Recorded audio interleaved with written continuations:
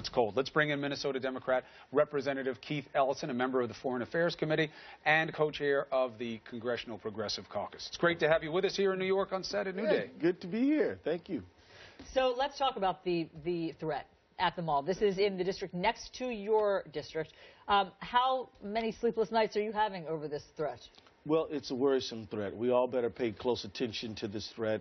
We do know that they attacked the Westgate Mall, but we shouldn't panic, because the fact is that these people are making threatening comments to try to inject terror and fear. That's their goal, to make us upset.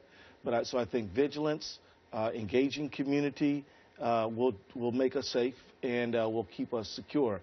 But these people have attacked the Westgate Mall in Nairobi. They are vicious, murderous killers, and it doesn't take a lot of people. I mean, you can harm with a few numbers, and so it's important to just stay on our toes and keep our eyes open. They are attacking soft targets because they're under a lot of pressure in Somalia right now. The Somali government, after 2 decades of being in shambles, has now begun to form itself, stand up on its feet, and so it's harder for them to attack inside because of the AMISOM troops and the Somali troops supported by the United States, so they're looking for soft targets. So address the phobia, because you have it specifically playing out in your community there in Minnesota. We're seeing it across the country, unfortunately, which is these Somalis, these Muslims. They're here. You see, they're calling out to them. How do you address the phobia? Well, the same way I address any phobia. We all know that tiny groups that try to inject fear in the rest of us will try to play on our fears, but really, if we are prepared and deal with it and do not buy into the prejudice, that is the security that is going to reward us. At the end of the day, we should remember Al-Shabaab kills more Muslims than anything else. There's no reason for any Muslim person or Somali person to have any love for Al-Shabaab. They spill more blood in that country for those people than anywhere else. And we also know that in America, I mean, America's a refuge for the Somali community. America's where they came to escape the chaos of the war. Especially in your community with the Somalis. But Congressman, I mean, isn't it also true that there are members in the Somali community that don't feel as though they're an integral part of the community and that may be susceptible to the lure, whatever that is, of ISIS or extremism? It certainly is possible, and we do know that there have been a few recruited back. But we're talking about tiny numbers in comparison to the whole. Sure, but what do you do about those? I mean, obviously, those are the people that everyone's worried about. And when you say engaging the community, how do you give them purpose if they feel as though they don't really fit in the community here? Well, let me tell you, one of the things the Somali community has done very well is said, look, you know, it helps us when we have community centers. It helps us when we can open up jobs, summer employment for kids. It helps us when we can open up opportunity and when law enforcement and community can be in a dialogue and build trust, not suspicion. So these things we're working on right now. We got an awesome U.S. attorney, a guy named Andy Lugar. He's working on top of this. We recently were in a countering violent extremism at the White House. The White House is focused on this.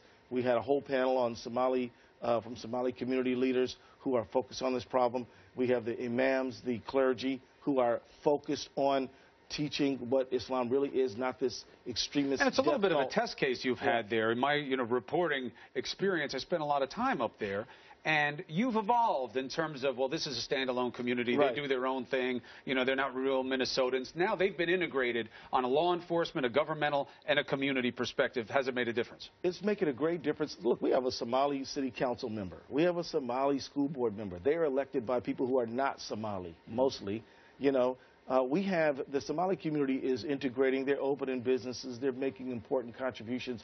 There's not one politician in Minnesota who knows that who believes they can ignore the Somali community. They're an important political force.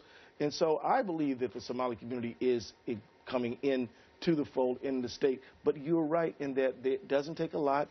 And there are a few people who are just going to be alienated because they're young, because they're unemployed, because they've had a tough time, you know, getting on with their American dream, and they might be susceptible to being lured. So we have to be on the lookout for this kind of thing, and the only thing we can do is be vigilant and be as inclusive as we can. We want to ask you about Rudy Giuliani, former New York City mayor's comments about President Obama. He said that he doesn't believe that President Obama loves America. Today in the Wall Street Journal, he's issued a clarification saying that he can't actually get into the heart or mind of the president, and he didn't intend to do so. What do you think was at the root of his comments against President Obama?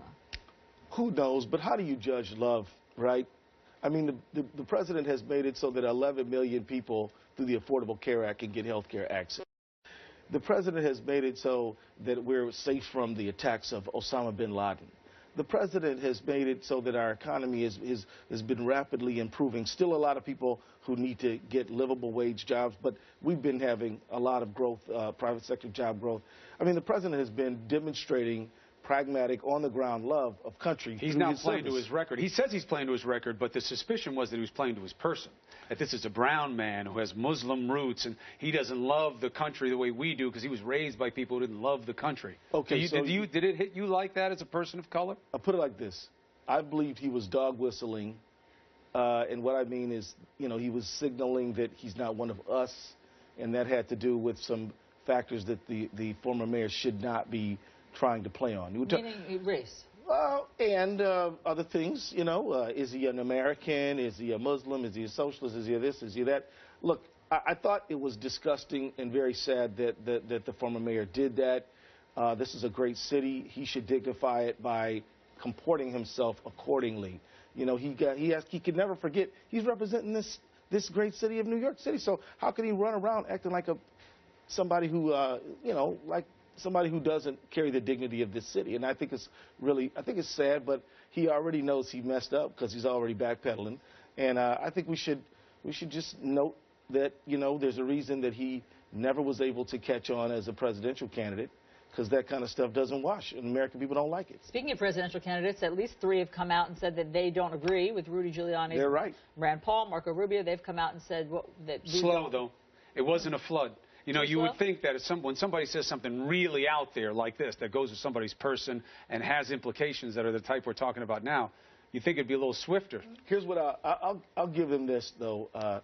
It's so silly and stupid and ridiculous that I could somebody wouldn't take it seriously until asked. I mean, that's just how low those comments were. So I don't fault them for not being real fast at the denunciation. Glad they did it. And, you know, maybe, you know, we can move past this kind of thing. Use it as an example? Use it as an example of what not to do. And, again, you know, it seems like a desperate act of a man who's desperately trying to stay relevant and is just having a hard time doing so. Congressman Keith Ellison, we really appreciate you being in studio with us on New Day. Absolutely. You make a strong point. Thank you. Pleasure. Rudy was the mayor of a city that's known all about its diversity as its strength.